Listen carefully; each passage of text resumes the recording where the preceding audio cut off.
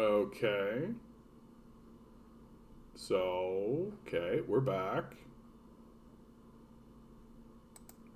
It's claiming that we're back.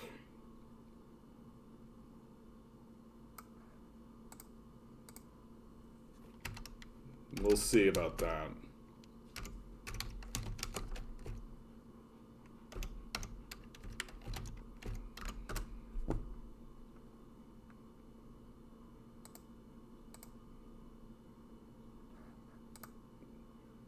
Okay, looking good. Looking good.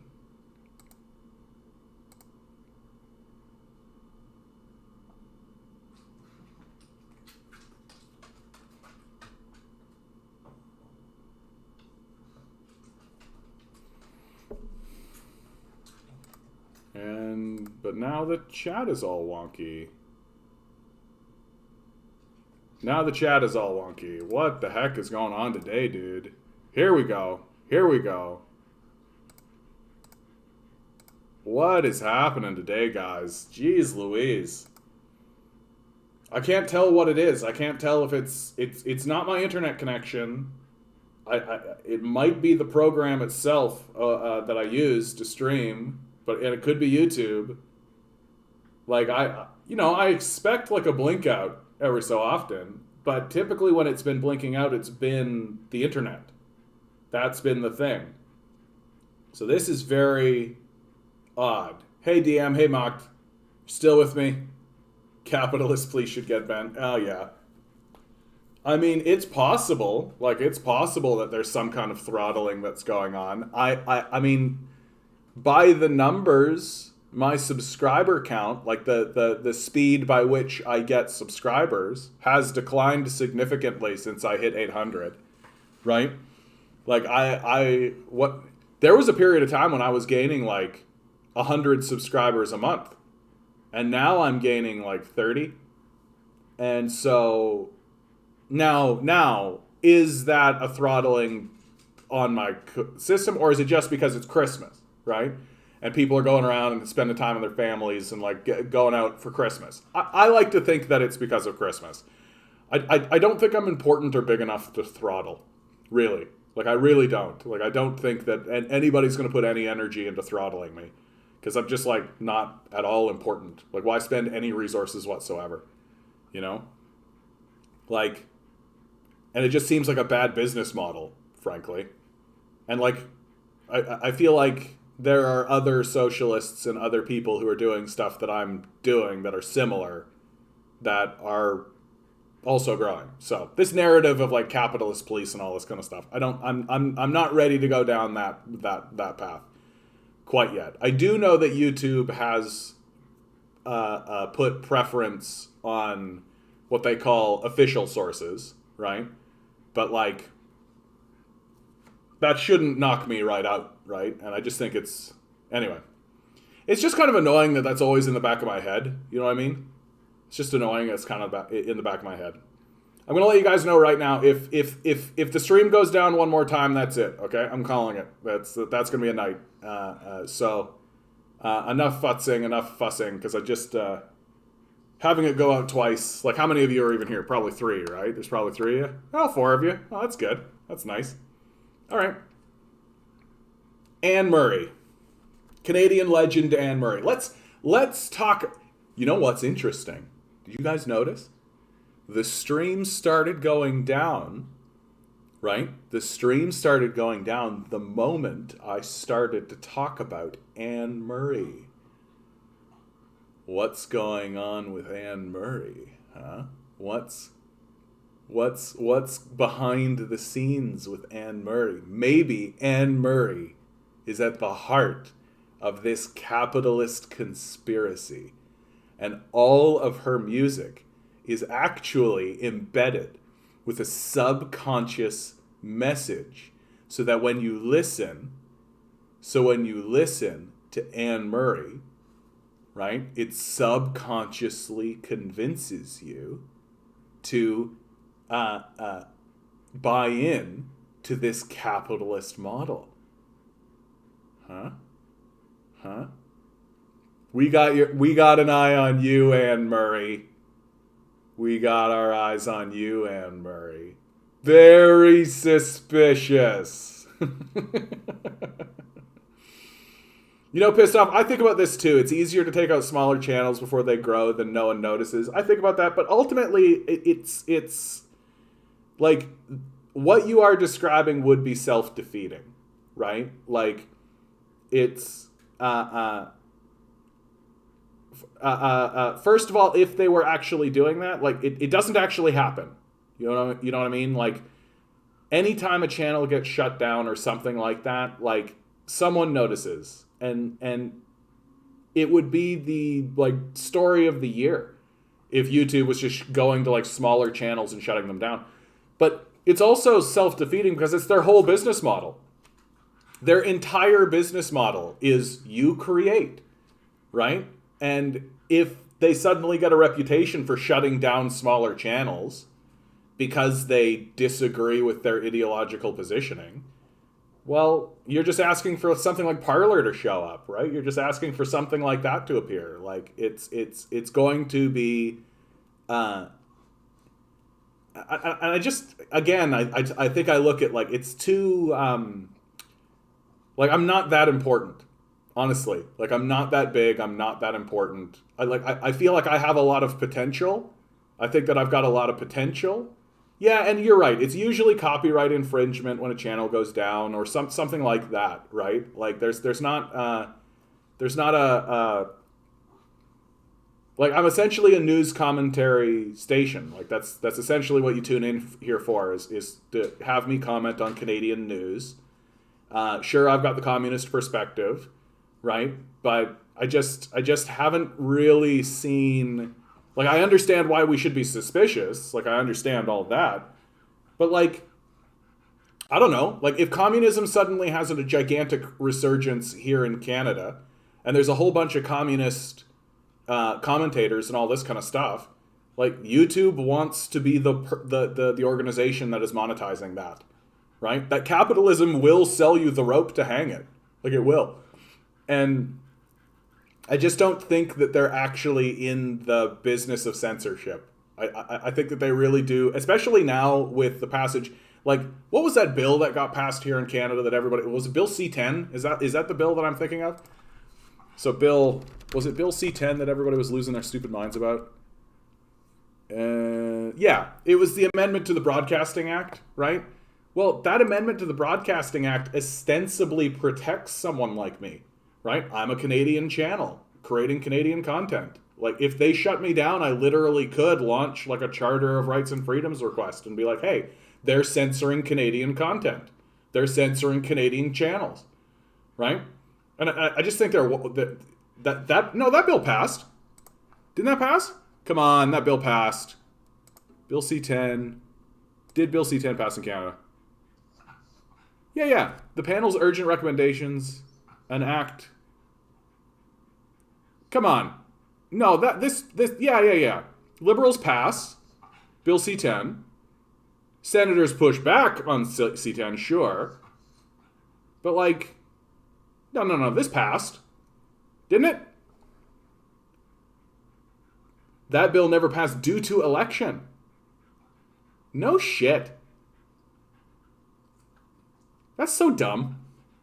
So much hay was made about that bill, dude, and it was like nothing. It literally was like it was a like nothing bill. And it still is a nothing bill. Like, it's not a big deal. I am so sure that this actually passed, though. Hold on. Applicability, yeah, blah, blah, blah. On June 15th, were voided, having passed by the Heritage Committee. During the late session, most of the voted amendments were reintroduced. Yeah, and the bill was passed during its third reading. Right? And the bill was passed during its third reading. And let's take a look at the source. Yeah. Michael Geist himself. I thought so. As Canadians slept, the Liberals, Bloc, and NDP combined to pass Bill C-10 in the House of Commons. Yeah. And, like, Michael Geist has been, like, he's been the guy who's kind of been at the center of it, but, like, so much hay. It never made it past royal assent. So, oh yeah, I see what you're like. It gets passed through the House, but it's not actually like, so it's still on the way, is what I think you're trying to say. Like, there are many steps in the process, and it technically hasn't made it into like royal assent or any of this kind of stuff. But like those are typically formalities. So chances are really good that it's gonna down the way. Anyway, as far as this channel is concerned, it passed through the House. And that's the hard part. Passing something through the House is actually the hard part. The rest of it is like royal assent and all this kind of stuff. Which is like, let's go ask the Queen what she thinks. Anyway, so much hay was made about Bill C-10. So much hay was made about it. And it really, all it did was it extended... Yeah, passive basic income instead, first of all. Thanks, DM. But all it did was it extended. The same broadcasting rights that existed in film and television to the internet, right? Essentially saying that, look, if you want to have a news station, like if you want to have a station rather, to play, a certain percentage of the content of that station needs to be Canadian content, right? And that is important legislation for a nation like Canada to have, that has a cultural juggernaut like the United States right beside it, right? Like, it's completely possible that the United States just completely overwhelms us culturally, which it is, certainly, and just eradicates any idea of us being an independent Canadian nation. And I think it's perfectly reasonable for a group of people to come together and be like, we should have a certain amount of Canadian content on our own broadcasting networks, right? That if you want to broadcast here in Canada, well, a certain percentage of the stuff that you broadcast has to be Canadian content. And that is essentially what they've done with these social media platforms, right? You want YouTube in Canada? Well, a certain percentage of the stuff on your social media accounts and all this kind of stuff has to be Canadian content. Love it or leave it. Like, get out of here. And like, when I read this legislation, I think to myself, oh, this actually this would be really good for me. Like, this would be really good for me. Like, I feel much safer with something like Bill C-10 in place. And this whole idea that the Canadian government is going to censor content, it's garbage. It doesn't make sense. It's incoherent, right? Like, Bill C-10 does not void the Charter of Rights and Freedoms. Just simple.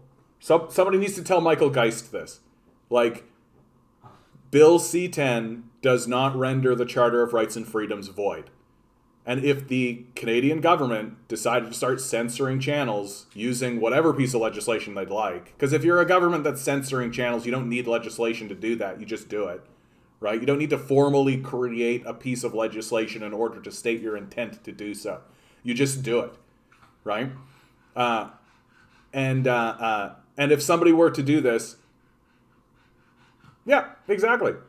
Because it's the Charter of fucking Rights and Freedoms. It's like the central core document. It's our Constitution. It's the thing that we prevail from. Like, the court system exists in order to defend the Charter of Rights and Freedoms. And the idea that we would even be able to pass legislation that violates the rights and freedoms is absurd, right? We have checks and balances within the system itself. We have something called charter checks, right? And they pass the charter checks. Why? Because they don't overwrite the Charter of Rights and Freedoms. And the purpose of the legislation is to ensure just that a certain amount of Canadian content is put on social media platforms and internet-based platforms. Like something like Netflix, right? It's perfectly reasonable to say to Netflix, hey, Netflix, you want to be a producer of content here in Canada? Well, a certain percentage of the content that you show to the Canadian people has to be Canadian made with Canadians in it. It has to be Canadian. It's legislation we've had on the books for decades in regards to television stations, like and movies and things like this. Like it's actually not new.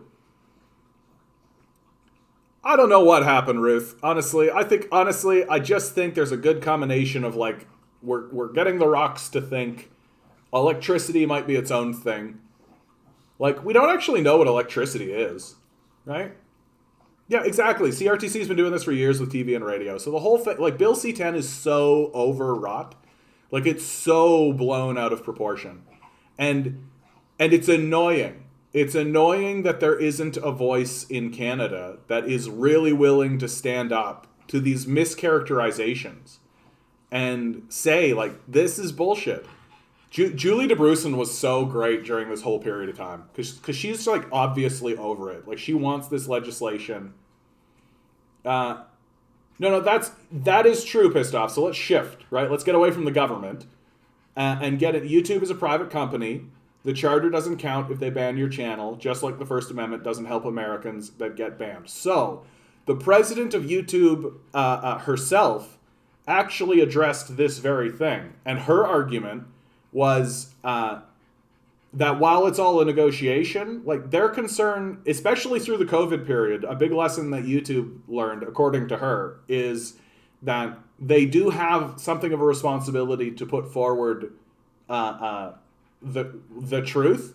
And of course, that's of a debate, but to put forward more established, like, it makes sense that in regards to a pandemic, that an organization like the World Health Organization would come ahead of, like, Joe Blow from Kokomo, right? His Schmodido channel, right? But she talked about, like, outright censorship and shutting channels down and things like this, and she was like, it's self-defeating. It's a bad idea. It's not something to do. Like, we do want to eliminate, like, outright racism, outright like what happened to Hassan recently, right? Like, they banned him for a week for using a white slur, right? The CR word now that it's getting called, right? And which I think was really, really overwrought. Like, that was really overwrought. Like, my big complaint about YouTube isn't necessarily that it uses censorship or anything like this. It's that when it decides to do so, it really is just, like, only the hammer, right? Like, they could have very easily sent Hassan an email. They could have very easily gone to someone like Hassan and been like, dear Mr. Piker, you have been using the slur directed towards white people on your channel recently. We here at YouTube and Twitch feel as though that this is an overstep of your bounds and would like you to henceforth and furthermore cease these statements. And they could have even gone through and, like, cut out the content they thought was bad or any of that kind of stuff. But nope.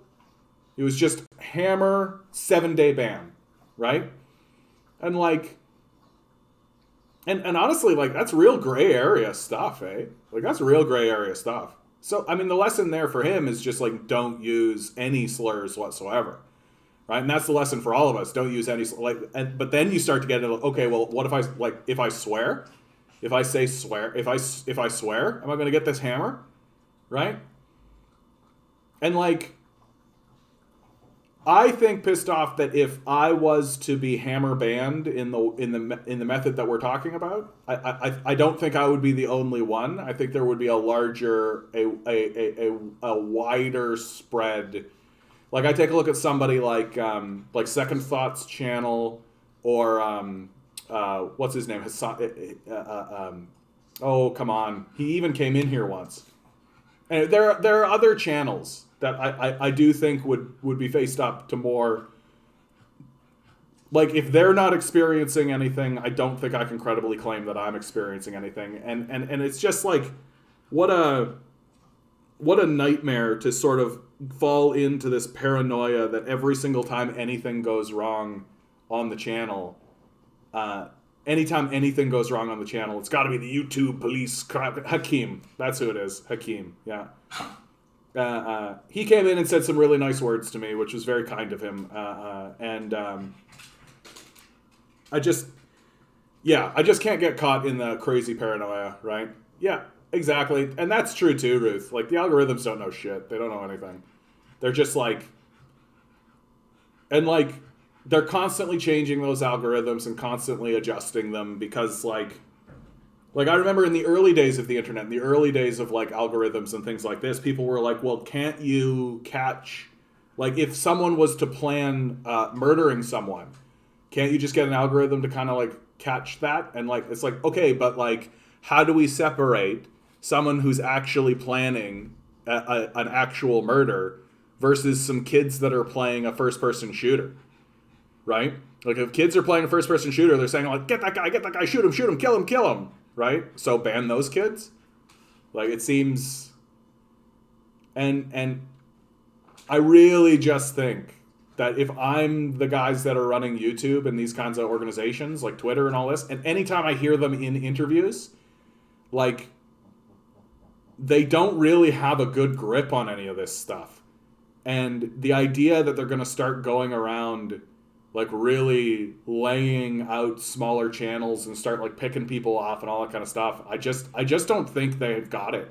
I just don't think that, like, their workload would explode, right? Their workload would explode in ways that I just don't even think we comprehend, right? Like kill a guy like me, and it'd be completely, it'd be completely like the Hydra, right? It'd be like the Hydra. Like, cut my head off, two more will take its place. Like, it's just a nightmare. And what gives me a little bit more confidence in this is that they know it. Like, they are aware of the nightmare that they create for themselves. And exactly, right? There's always Rumble and Odyssey. So all you're doing is just chasing people. Why not just monetize someone like me? Why not just be like, oh, there he is. Sure, he's a communist. I guess I don't necessarily agree with him politically, and it's kind of contradictory that he would be on this platform, which is capitalist and all of that. But, like, I might as well be the one to monetize him, right? Like, a guy like this is not going to just give up if we cut his head off. Like, he's going to keep doing it. And I am, by the way. Like, if it literally comes down to it, I will get a ham radio, and I will do this shit on ham radio, and I will straight up, like, over the ham radio, I'll be like, if you guys want to donate a little bit of money, here's my address, right? Send it P.O. Box, right? Like, all that kind of stuff. Like, if that's where it comes down to, that's where I will go. And, like, it's completely self-defeating for YouTube to start banning small channels like this. It just defeats itself. And the whole principle of it, right? And, like, can you imagine if, like, a show like Jimmy Dore, for example, like, because what would happen, right? They would end me. I would get censored. Well, I'm not going to be quiet about it, right? Like, I'm going to tell people, right? Like, I'm going to tell, and can you imagine if somebody like, let's say Jimmy Dore, all of a sudden, who's very interested in this kind of story, had me on, like they did with Hassan, right? When Hassan got banned, he immediately was on, I don't think it was Jimmy Dore. Who was? It was Sam Cedar, I think. So he immediately, like, that story spread around instantly, right? Yeah, you can jail revolutionaries, but you can't jail the revolution. Exactly. And, like, so what YouTube would do if they actually came out and censored me and cut my head off is it would likely end up elevating me. Really. It would likely end up blowing me up even bigger. Right? And they know it. How do they know it? Because it happens. Right? And so instead of that, just like, I think it's far more likely that they would just deprioritize me in the algorithm. I think that's the most likely thing. They would just be like, okay, this guy is here. We don't like what he's saying. We can't just kill him. But we're just going to deprioritize him in the algorithm so he doesn't get shown as much in the algorithm. And if he wants to grow, he can spread himself around, which is what I do. Right? I know. But I also think it's incredibly credible that the reason why I've experienced a decline in growth over December is because it's Christmas. Right? Right? It's Christmas. That's it. I think there are less people who are, like, sitting in an evening who want to tune in or even want to take the chance coming into a channel they don't know anything about, right? Let's find out, bud. Let's find out. Well, That's a video. That's fine. this is not something out of Jurassic Park. In an unprecedented find, a baby dinosaur has been found perfectly curled up inside a fossilized egg found in China. The egg is estimated to be 70 million years old. Notice how the dinosaur is tucked inside the egg. Scientists say that's a position seen only on birds, shedding more light on how dinosaurs evolved. That is beyond cool. I love that. My goodness. Unbelievable. That is so amazing. 70 Million years old. Yeah, when you first showed this one, I had no idea what we were looking at, and I just got so scared. So this is the beginning of the movie Jurassic Park, right? The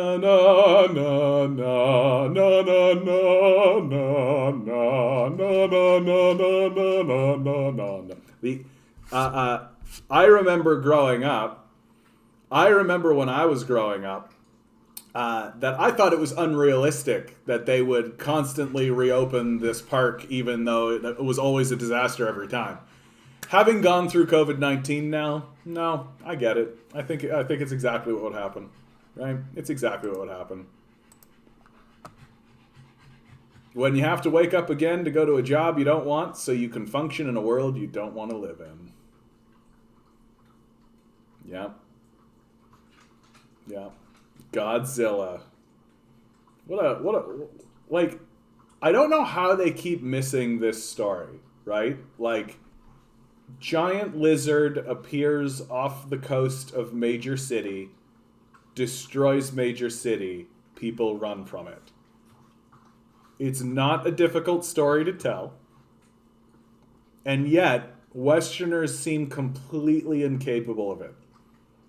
Just seem completely incapable.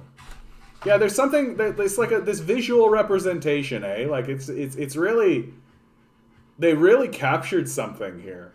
Like the hollowed, blackened, sunken eyes, the scribbled sort of face, like the scribbled existence, the steady fading away, the like, there's something completely accurate about this, you know? Like this is how I feel every day I wake up and have to go do capitalism, right? Which, like, I'm trying to build in my life better routines and better ways of living, right? Better existences and all this kind of stuff. And the fucking capitalism just gets in the way. It's just a huge pain in the ass. Like, it causes so many problems in my life. Like, I want to write more. I want to do more music. I want to focus on script writing. I want to focus on all this kind of stuff. But, like, you know, right when I get into a position where I've got all my pieces in a row and I can move forward, then, oh, gotta sacrifice all this time to capitalism. Oh, here's your fucking cookie. Oh, you need a cup of coffee? Here you go. Right? And then, like, you turn around and you're like, and then you got to spend the next couple of, like, the next day at least fucking recovering from the absurdity of it and how fucking stupid it is. And then you kind of get back into your life and kind of back into your structures. And okay, I'm like, okay, cool. I'm going to write the script and oh, I'm back into capitalism, right? Yeah. Capitalism and its hysteria drains the energy out of me. For sure. For sure. It seems like it's designed to be that way. And also, like, there's all kinds of shit that we just don't know, right? Like, there's all kinds of shit that we just don't know. Like, we don't know what all of these, like, we just walk around pretending like all of these, like, energy sources and all this kind of stuff are normal and totally fine, and no one is gonna be affected by them. Here you go. Canadians claiming to have electromagnetic hypersensitivity feel forced to escape modern life. Here's a story by a fella, his name is David Fancy, right? He got headaches and heard ringing in his ears after he used his cell phone. It got worse when he moved into an apartment near power lines and a cell tower. It got so bad he had to move. He finally discovered an explanation that seemed to make sense. Electromagnetic hypersensitivity. Simplest terms, it's an allergy to human-made electromagnetic emissions.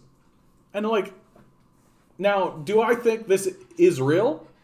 Not necessarily, right? The science is a bit out in my but but it's completely believable, right? It's completely believable to me that, like, yeah, of course there's going to be people in the world who are going to be susceptible to, like, energy waves that are coming through them and that are hitting them, right? It seems to me perfectly reasonable.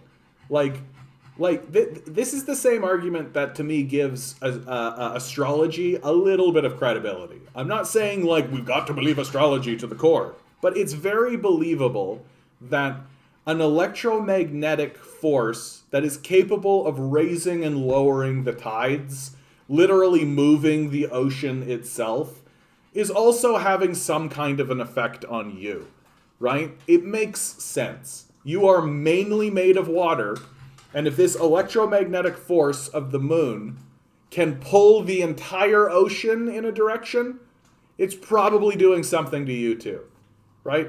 Probably, right? Like, seems reasonable. And it also seems reasonable to me, like we're walking around with just, like, these phones, right? And, like, we don't know what these things do. Like, we don't know what they're emitting energy, and we don't know what that energy is doing to us.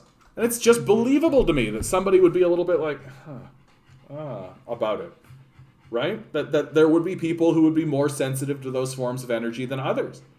It's completely believable to me. And, like, the hysteria that we have, like, wound ourselves up to, like, just the traffic, just like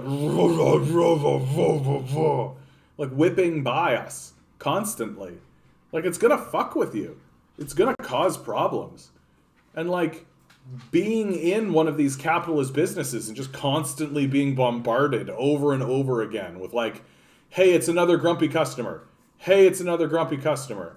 Hey, it's another grumpy customer. Hey, it's another grumpy customer. And you're just supposed to, like, constantly just be dealing with this influx of just people. Like, it's not normal. It's not a normal way to live. Right? And yet it's become the structure of our whole fucking society. There's a vid called South Korea Death from Overwork, the horror of capitalist exploitation of parcel deliveries. Yeah, I believe it, dude. I definitely believe it. How long's the video? I might look it up. Oh, here's one that I want to play. I'm going to play this just to show you. Like, it's about a minute. Capitalist breeds innovation. Capitalism is the best way to organize the society. As Dashers, we don't have to take your order. We can pick and choose which orders we want to take. So if you don't tip us, we don't have to take your order. And remember in the video where I said, when you don't tip, your order just sits there? So yeah, just putting that out there. That was not a lie. There's a whole section dedicated to people who don't tip, and their order just sits there until a Dasher decides that they want to take the order. So once again, just letting it be known, you don't have to tip. You're not obligated to tip. We also are not obligated to take your order because we are independent contractors who do not work for DoorDash, the company. We're our own bosses. So just keep that in mind. Capitalism, eh? What a great organizational structure. What an amazing way to organize an industry, right? Like, I mean, the idea that people are fucking being paid to deliver McDonald's in the first place is something of a grotesque abhorrence. But just, like, all right, let's seek the out. South Korea, death from overwork. What do we got? There's a couple. Not finding the one you're talking about. Let's, oh no. No. The horror of capitalist exploitation of parcel deliverers. Not finding the video you're talking about, bud. 6 minutes? More like, oh, is it? Yeah, but like, yeah, here we go. Let's just play this one. Lee Seong-wook is one of the many delivery workers keeping the Korean economy moving. 아이고. 그래서 An ever-growing number of packages need to be delivered as people stay at home and shop online. It's exhausting work, and drivers say they're facing impossible deadlines. 열악한 환경에 We are working in a terrible environment. We are fighting to have these conditions changed. 저희가 싸움. Unions say 21 delivery drivers have died from overwork in South Korea since the beginning of the pandemic. One of Mr. Lee's co-workers suffered a cerebral hemorrhage and is in a coma after working more than 90 hours a week. Being overworked to death is so common in South Korea, there's a term for it, kwarosa. South Koreans work the longest hours in the developed world. That might have transformed this country into the 10th largest economy in the world, but delivery workers say the price of progress is too high. Yeah, no shit. Thousands of drivers recently descended on a square in downtown Seoul to bring attention to their cause. We are dying. That is why we are here. We don't want to die. 61-year-old Won Jae-ha works Jesus. 14-hour days to sort and deliver Normal packages. society. And he worries every time Normal. a colleague heads Totally out for fucking the day. normal. Yeah, it's completely normal that people will die because they're so overworked that they die. Right? Normal. What? They're just go-getters, right? They're just pulling themselves up by their bootstraps. Like,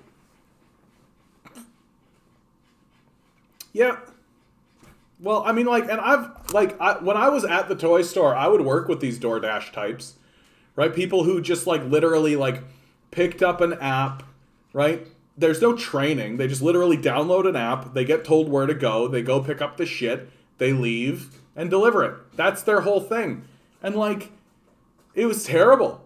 It was fucking abhorrent. Like, the people that you're dealing with are obviously completely overworked or completely overwhelmed. They don't really know what's fucking going on. And they're doing it for, like, $5. It's, like, ridiculous. Yeah. And it's just, like, why should this happen? Can anyone explain to me? Why should anyone tolerate this?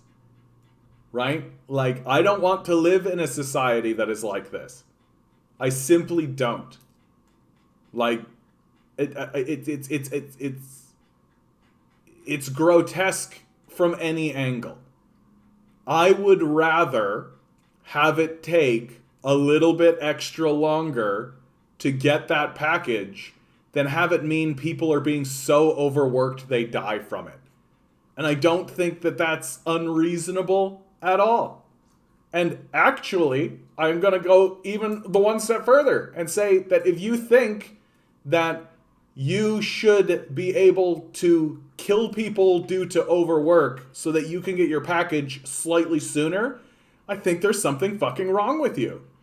Like, I don't think that this is a political position, right? Like, I don't think that this is a political position. I want my package a day earlier, so you gotta work until you die. That's what you're saying. Like, this just flows into we are such a childish people. Like, we are extremely childish. Like, you can't just wait a little while longer, right? You can't just wait a little while longer. And like I keep saying, like, we should ban, like, paper cups and plastic cups and shit like this. And then people are like, well, when I go to the coffee shop, then I won't be able to get my coffee. But bring your own cup. Fucking children. Bring your own fucking cup. Bring your own fucking cup. Like, I don't know why this is even controversial. Like, oh, the idea that when I walk into an establishment, they won't hand me a piece of garbage filled with coffee. Oh, I can't even imagine it. Like, bring your own fucking cup.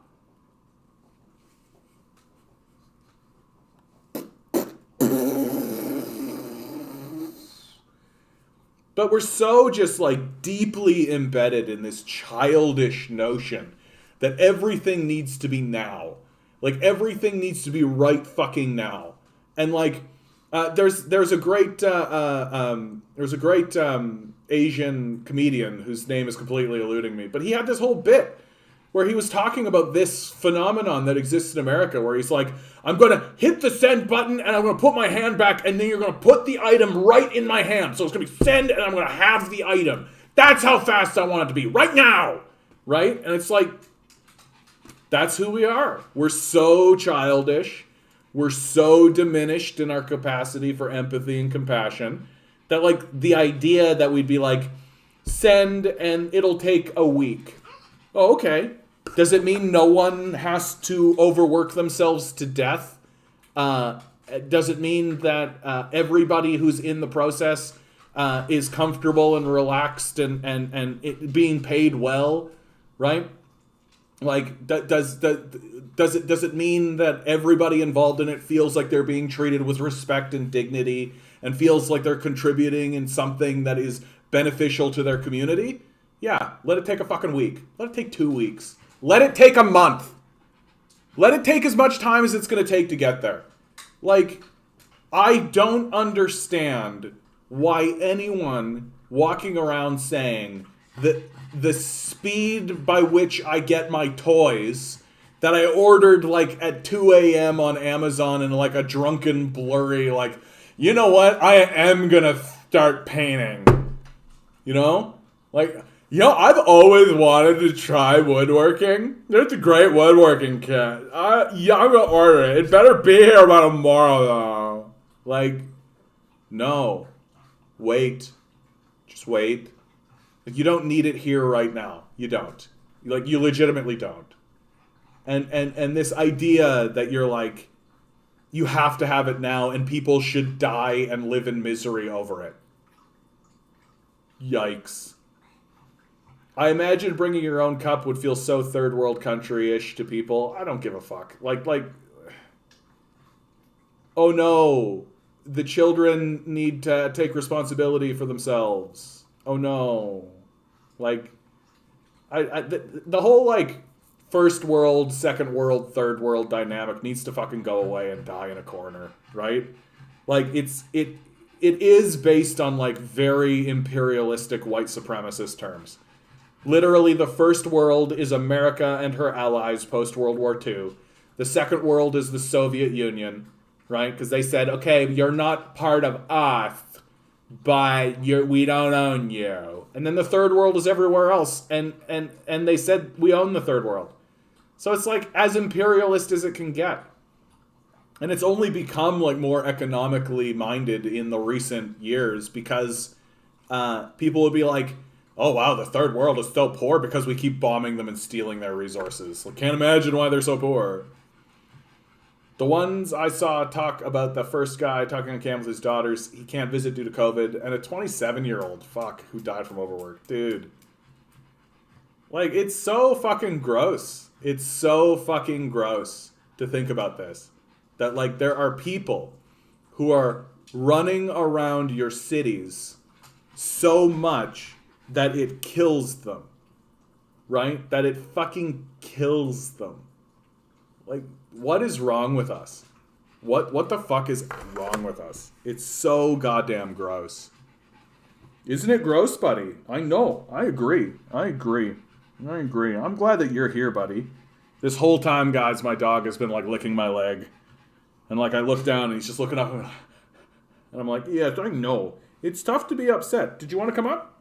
No, you're a good boy. Oh, I gotta move on from this story. It's causing me psychic damage. I gotta move on.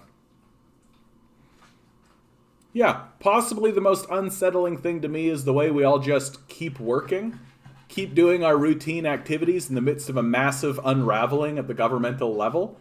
We should all be recovering, processing with our community, caring for each other, not working. Like, stop doing what we're doing. Like, we should stop. Thanks, Drew. I appreciate that, bud. I appreciate that one. I've taken more heat for that video than I have in any other video. Lots of people turned back around on me and shit on me for that video.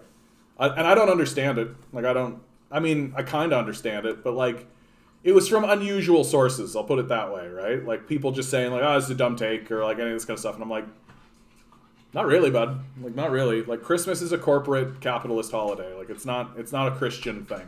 Like they might pretend like it's a Christian thing, but it's not.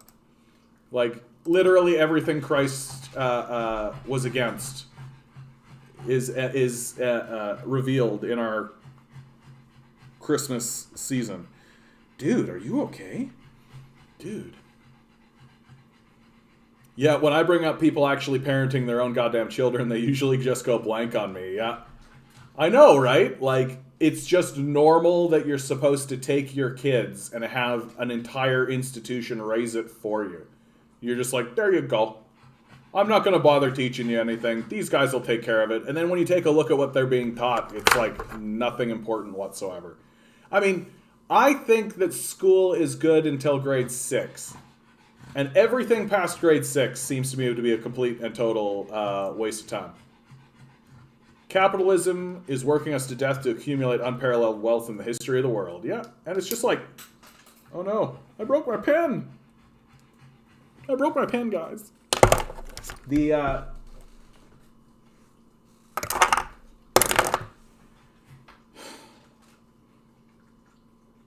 But like the accumulation of the wealth, right? It's not really wealth. You understand? Like we're not actually building anything meaningful, right? Like everything we build disintegrates quickly, right? In as soon as 100 years. Like 100 years is a like flash of time, right? And in as short a period of time as 100 years, our entire civilization can be blown away by dust, by like wind and dust. Like we're not building anything that's supposed to last. Everything we're building becomes obsolete on purpose. It's designed obsolescence. And all we really have to show for our culture and civilization are dumps. Just big trash piles full of gadgets and gizmos and garbage we designed. Like, there are going to be people. There is going to be an economy. And actually, it probably already exists. I haven't done the research on it. But there likely already is an economy of people who go through these dumps and find the garbage that is still quite usable and then fix it up or break it down to its usable parts and components, right? And like, I'm just like, why don't we just build that into the system? Like, why are we having all these poor people go through our junk? It's brutal. Thoughts on the Soviet Christmas tree ban? I don't know enough about it to comment on it. That makes sense. Christmas trees were like a real Western phenomenon, right? And so I could see how the Soviets would view Christmas trees as like a cultural infection, that they would just be like, nah, forget about it. And also like wasteful and dangerous, right? Like people used to like literally bring Christmas trees into their houses and then put candles on them. And like houses would burn down because of this shit. It's like, nah. Any protests planned on Dundas and elsewhere planned January, February? Nothing yet. Nothing yet. Won't be too surprised to find out that the winter is going to be chill. Because most people are chill during January, February. Like, people don't want to come out and do shit, dude. Like, it's January, February. Everybody wants to hunker. Video games and the internet media does the parenting. Yeah, to a degree. To a degree. They became New Year's trees? Oh, okay. I don't know anything about the subject, dude. I'm just spitballing. Here's an article, right? Comes out of the Financial Post. Outlook for buyers is grim. Big squeeze pushes house affordability to worst in 31 years. It now takes 47.5% of an average income to cover the cost of a home. Womp womp womp womp womp womp womp womp womp womp womp. Like, nah. This is just getting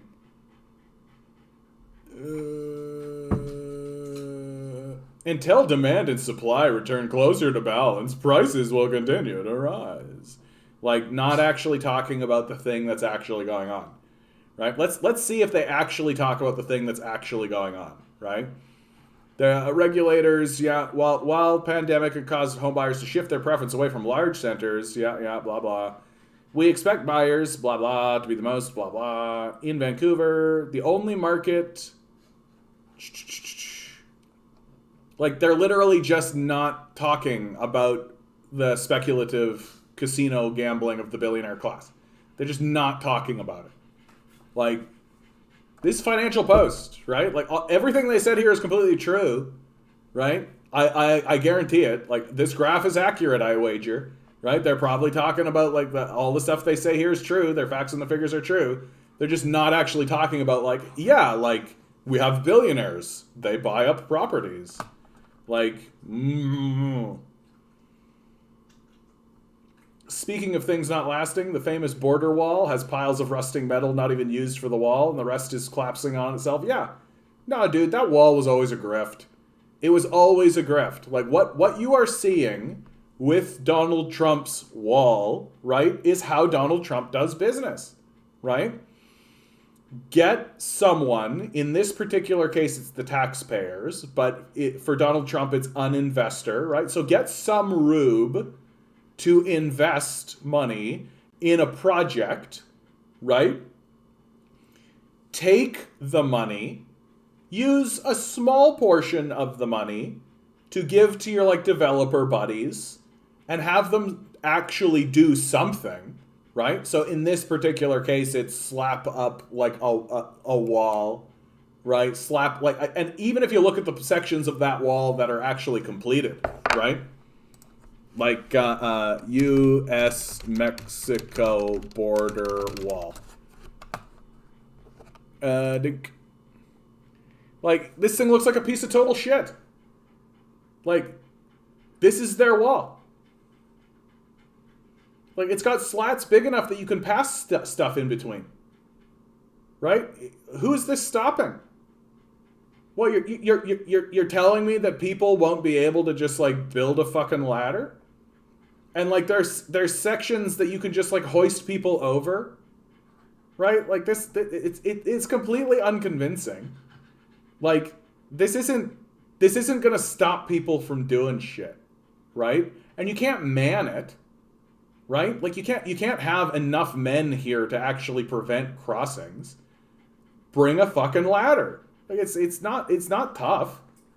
Like, and this is only the sections that are actually finished.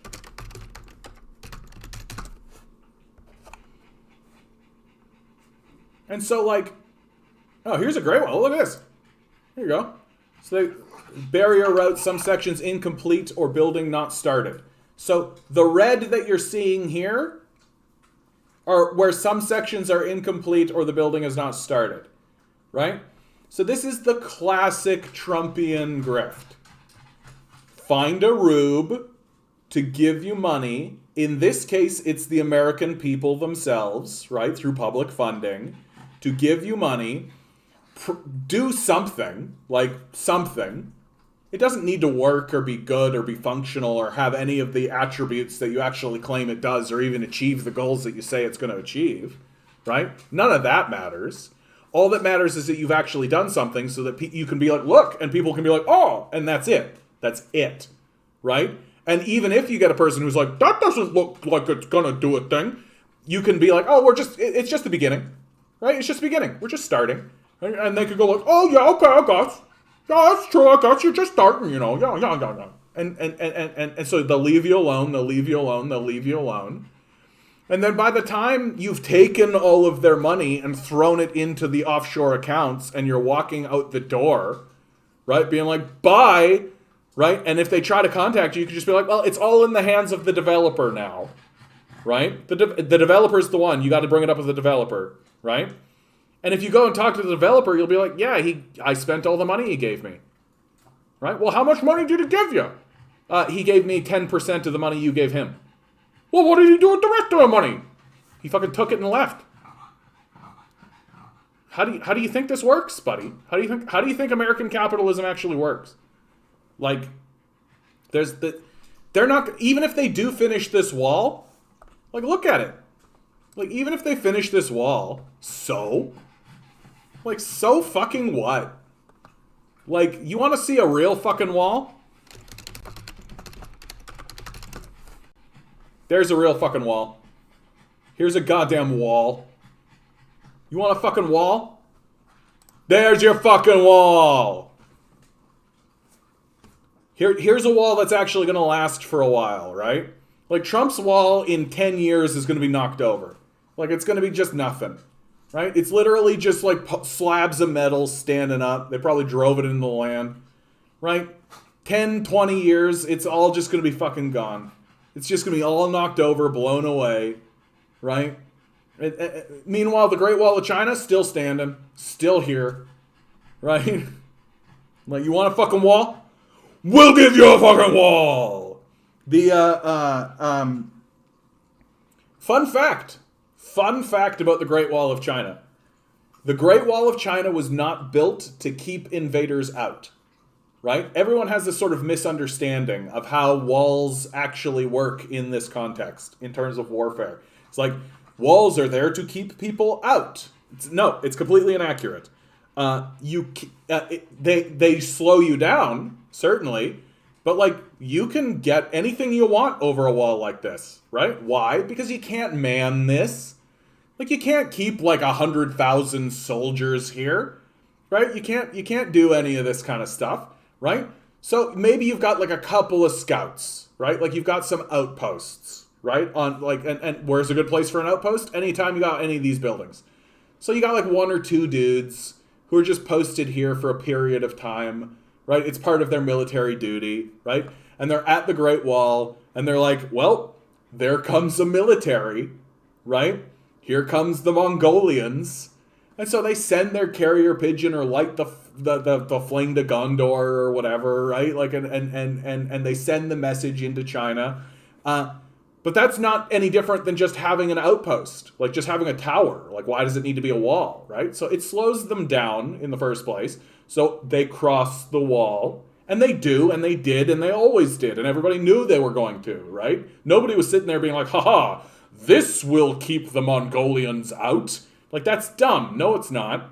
No, it's fucking not, right? Like, they're gonna get through, they're gonna get over, they're gonna get around it. Well, not around it, but they're gonna get, like, past it.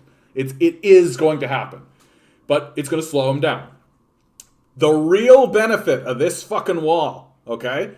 The real benefit of this fucking wall is that once you defeat the invading army within your borders, they can't run away, right? That if the army starts to run away, well, guess what? They're going to run into a fucking wall. Right? And sure, they're going to try to scramble to get around all this kind of stuff, but you've got an army that's fucking advancing, and you're just going to fucking smash them right into that wall. That's the reason they built this wall. They didn't build the wall to keep the Mongolians out. They didn't build the wall to, like, keep invaders and all that kind of stuff. They built it so that when they defeated those invaders, they would be able to smash them into the wall as they ran away. Super fucking cool. Super fucking cool. Just like, we built this thing to absolutely annihilate our enemies. Like, first of all, if you cross this line, you know you're coming into civilization. Like, look, hi. Hey, we built this shit. You're coming in here, you better be serious. Right? And then when they finally chased them out, boom! You're never coming back. China plans long term. Yeah. North America has no plans at all, dude. No.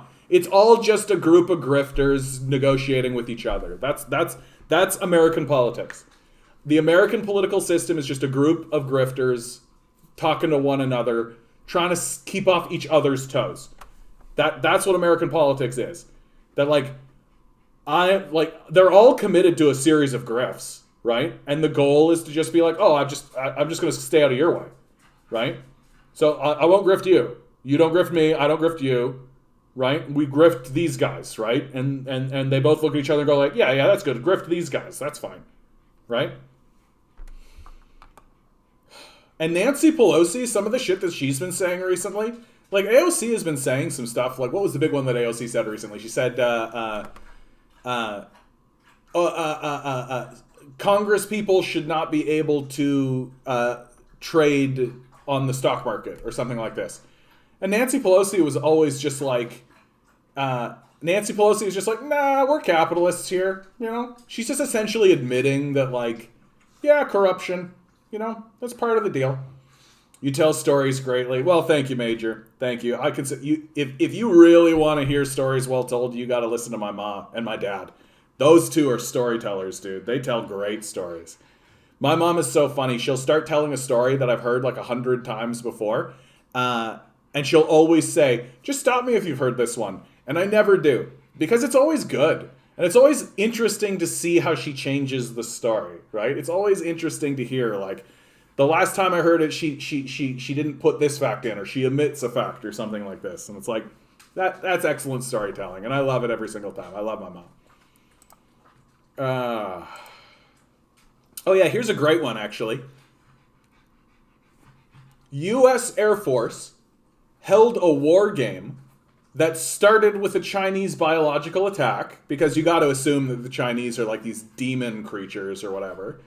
The reason I'm bringing this up, though, is that their conclusion of the war games is that they lose. The United States Air Force and the military, if they get into a full-scale conflict with China, they lose, according to their own war games. Where's the key phrase? I had it right in front of me, and then I lost it. What many Americans don't realize is that years of classified Pentagon war games strongly suggest that the United States military would lose that war. More than a decade ago, our war games indicated that the Chinese were doing a good job of investing in military capabilities that would make our preferred model of expeditionary warfare, where we push forces forward and operate out of relatively safe bases and sanctuaries, increasingly difficult. Air Force Lieutenant General S. Clinton Hinault, Deputy Chief of Staff for Strategy, Integration, and Requirements, told Yahoo News in an exclusive interview. By 2018, the People's Liberation Army had fielded many of those forces in large numbers, to include massive arsenals of precision-guided surface-to-air and surface-to-surface missiles, a space-based constellation of navigation and targeting satellites, and the largest navy in the world. At that point, the trend in our war games was not just that we were losing, but that we were losing faster, Hinault said. After the 2018 war game, I distinctly remember one of our gurus of wargaming standing in front of the Air Force Secretary and Chief of Staff and telling them that we should never play this war game scenario of a Chinese attack on Taiwan again, because we know what's going to happen.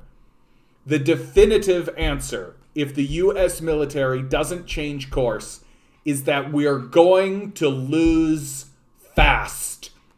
In that case, an American president would likely be presented with almost a fait accompli, which, let's be real specific about this.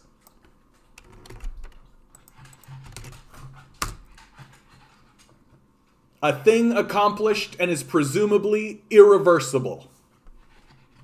Like, yeah, a thing accomplished, presumably irreversible. This is the United States military, with Beijing continuing to tighten an iron grip on Hong Kong, engaging in deadly skirmishes with India along their shared border, propaganda still, and routinely bullying its smaller neighbors in the South China Sea, negotiating is bullying. The Biden administration recently announced a new Pentagon task force to review U.S. defense policy towards China, to be headed by Defense Secretary Lloyd Austin. Inevitably, the deteriorating security of Taiwan will be a major focus. By the way, 3 of China's standing war plans are built around a Taiwan scenario. They're planning for this. Taiwan is what they think about all the time. Well, of course that's what they think about, right? Mao was thinking about it. Like, they want, and obviously they're thinking about Taiwan. I mean, for God's sakes, guys, like, let's not fool ourselves here, okay?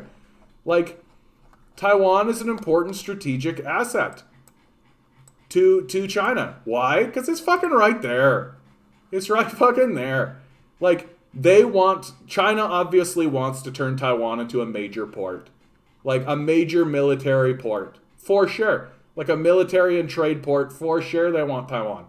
Like, why wouldn't you want Taiwan? Are you kidding me? And the reality is that the only reason why Mao wasn't able to take Taiwan during the war was because the United States was blockading him with their own vessels and ships. So, like, in my view, this is just the chicken's coming home to roost, right? That everything's been laid out for this. And what's going to happen, the most likely thing that's actually going to happen, is that China is going to surround, like, it's going to take its military ships, it's going to send its ships around Taiwan, it's going to send troop transports in, and they'll just walk to the capital and be like, hey, this is China, right? And Taiwan is going to be like, correct. We never disagreed with that. Yeah, we always said this was China. And that'll be the end of it. And the international community will be like, and the United States will be like, they moved troops into Taiwan! And the international community will be like, so they moved troops within their own borders. And America will go,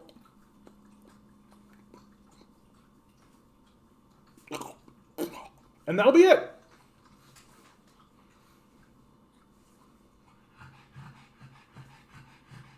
Like, and we're going to look back on it and be like, this was like a storm in a teacup. This was all just like a bunch of bluster for fucking nothing. Right? Like, China, as far as China is concerned, and as far as the international community is concerned, when China moves troops into Taiwan, it will literally be them moving troops within their own borders. It's just the Americans. 3 generals say that all soldiers need to be taught the Constitution and be retrained, or America will be doomed to fail, no matter how much money they get from the government. Yeah, and also, like, we're starting to see big pushes in the United States military to get rid of, like, white supremacists and fascists and Nazis. Like, they're looking to do, like, a serious cleanse. I gotta be straight with you guys. Like, if I was the United States military, I would be talking about major reforms. Like, for real. I would be talking about major reforms. Because, like, the outcome of the system as it stands now is an invasion of Iraq, an invasion of Afghanistan, a bombing of Syria, a bombing of Somalia, all of which has been a total failure. By any definition you like. By any, pick a definition.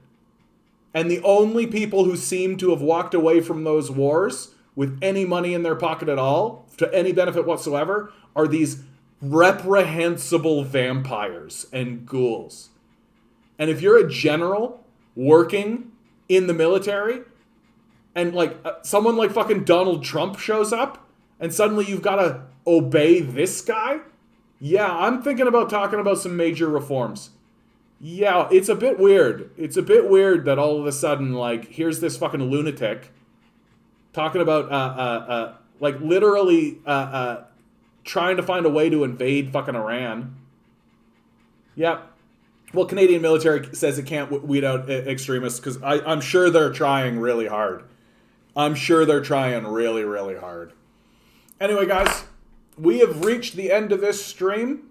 Thanks so much for being here, guys. Thanks so much to the people who came back, right? Thanks for